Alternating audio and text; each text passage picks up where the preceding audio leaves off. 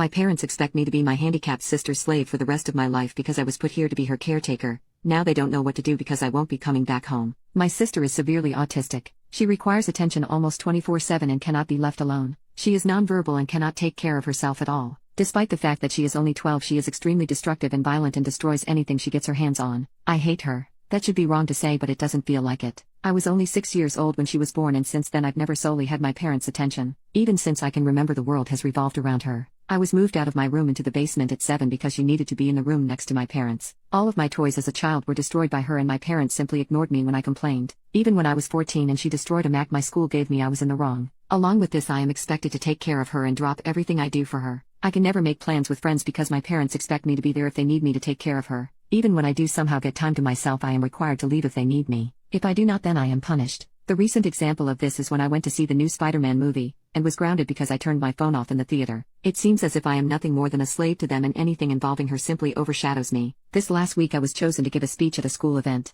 I was so excited, and my parents promised to be there, but they never showed and claimed it was because of my sister. Anytime anything like this happens for me, they are too busy with her. I've held this in for so long, and it finally spilled out today. While talking about colleges with my father, he joked that I should get a degree that pays well so when they're gone I can take care of my sister. I don't know why, but this caused me to break down. I cried and screamed about how it's always about her. I'm nothing more than a caretaker to them, that they always make it about her, and that I'm expected to be her slave for the rest of my life. I've locked myself in my room since then, and my parents have not come to check on me. Am I the a-hole here? Update 1. After thinking about it for these past hours, you are right that I don't despise my sister. It's not her fault that she was born the way she is. My parents came to talk to me a while after my breakdown, but I was unable to bring myself to talk to them and only cried and asked them to leave. They have made arrangements with my grandfather for me to stay with him for the time being, and am getting ready to go to his house. My parents want to talk to me, but we have decided it's best I leave for now to have some space and time to collect myself. We will be sitting down and talking later this week about this issue. Update 2. Well, since the day I made the post, I've been staying with my grandfather. The week's been honestly a huge change for me, for better and for worse, but I'll try to run it down. I started by telling my grandpa the story of why I broke down the way I did, and to be honest, he seemed horrified. No one in my family knew my parents were using me as essentially a free care service for my sister. My grandpa told me some things that I don't feel comfortable repeating here, but in essence, my sister is supposed to be getting care from a professional, and my parents were ignoring that.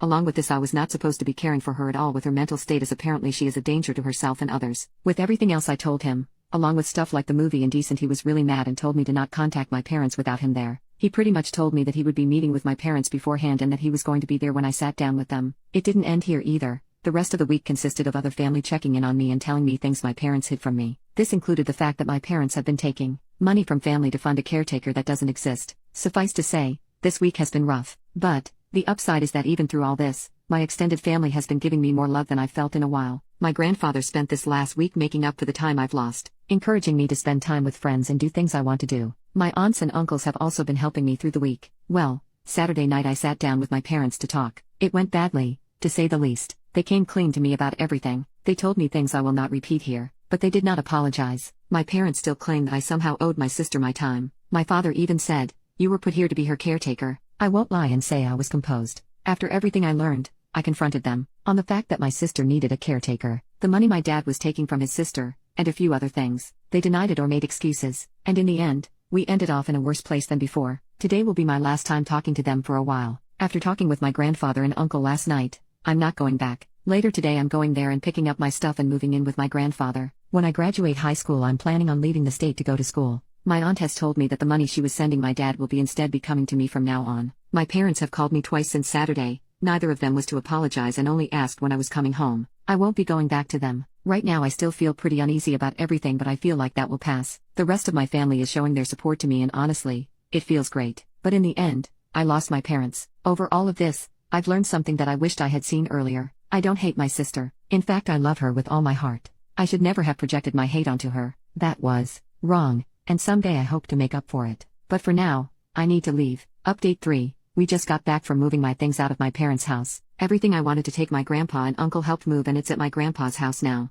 I have my birth certificate, social security card, and every other document and record I could think of. My parents were quiet the whole time I was there. Shortly after I arrived, my dad left with my sister, and my mom only hovered over us silently as I moved. It took a while, but as we left she broke down and told me she loved me and would miss me. I hugged her and said goodbye, and that was it. Even now I sit here and wonder if she really meant it. After this whole week of her not saying anything, she waited till the end. I hope she meant it. Right now though, I think I just need to look ahead. Maybe one day me and my parents can reconnect. I hope so.